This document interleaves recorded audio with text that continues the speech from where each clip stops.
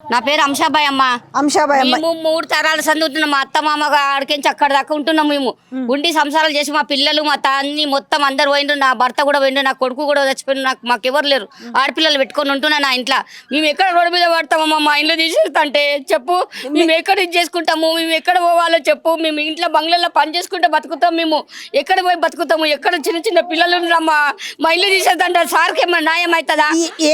ఏమని చెప్పి నోటీస్ ఇచ్చిపోయారు మీకు? ఏమని చెప్పాలి? మీకు గిఫ్ట్ ఇస్తున్నామని చెప్పించింది మాకు. నేను తీసుకోలేదు మేడం నేను నోటీసు.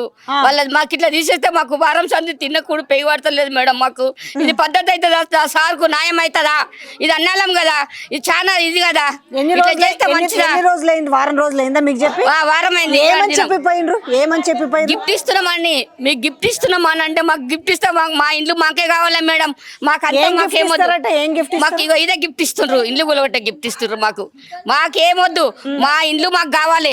మా పానాలు తీసేసి మా ఇండ్లు తీసుకొని మా పిల్లలంతా బొంద పెట్టుమని ఇక్కడనే మా ఇండ్లు తీసుకొని పోమని అంతే. మాకు అంతకన్నా మించి ఇంకా ఏం లేదు. మా ఇండ్లు మాకు కావాలి. చెప్తున్నది ఏంది? మిమ్మల్ని చెరువులు కబ్జా చేసి మేము కబ్జా చేసి కట్టుకోలేదు మేడం. మేము తాత ముత్తాతలు మాకు సర్పంచ్ ఇచ్చిన పేపర్ జాగాలు వాళ్ళ దగ్గర కూలి పని చేసుకొని ఇట్లా అది ఒడ్లు చేను కోసుకుంటా అప్పటికప్పుడు తెచ్చుకొని తిండి. ఇప్పుడు కూడా బంగ్లాలో పని చేసుకుంటా బతామమ్మా. మాకు ఎవరు లేరు దిక్కు. ఇంట్లో ఎరకనా నా కొడుకు చచ్చిపోయినా, మా భర్త చచ్చిపోయినా, మా వాళ్ళు అందరు చచ్చిపోయారు. నేనున్నా నా పిల్లలు పెట్టుకొని ఆడపిల్లలు పెట్టుకొని ఉన్నా.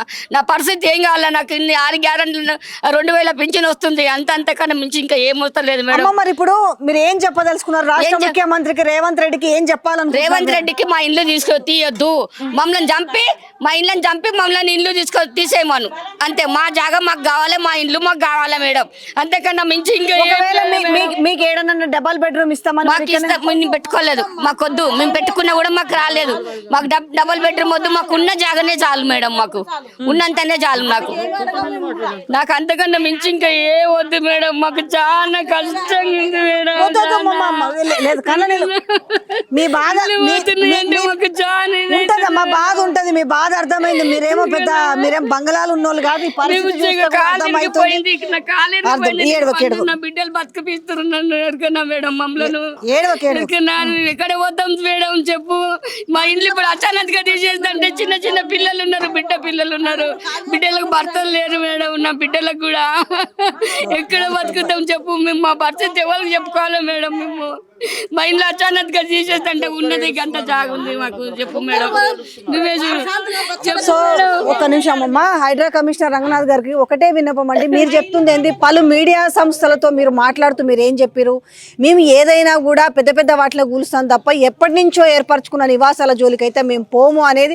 ఎందుకంటే వాళ్ళని బలి చేయమని కూడా చెప్తూ మరి వాళ్ళకి నోటీసులు ఇవ్వడం ఎంతవరకు సమంజసం అనేది ఇలా పాపం వాళ్ళందరూ కూడా గోడు నేడుస్తున్నారు. మనం ఏదున్నా కూడా ఒకవేళ ఆ దినం ఎట్లా కట్టుకురో తెలియదు, కానీ ఈ దినం ఆలోచించాల్సిన పరిస్థితి అయితే ఏర్పడింది.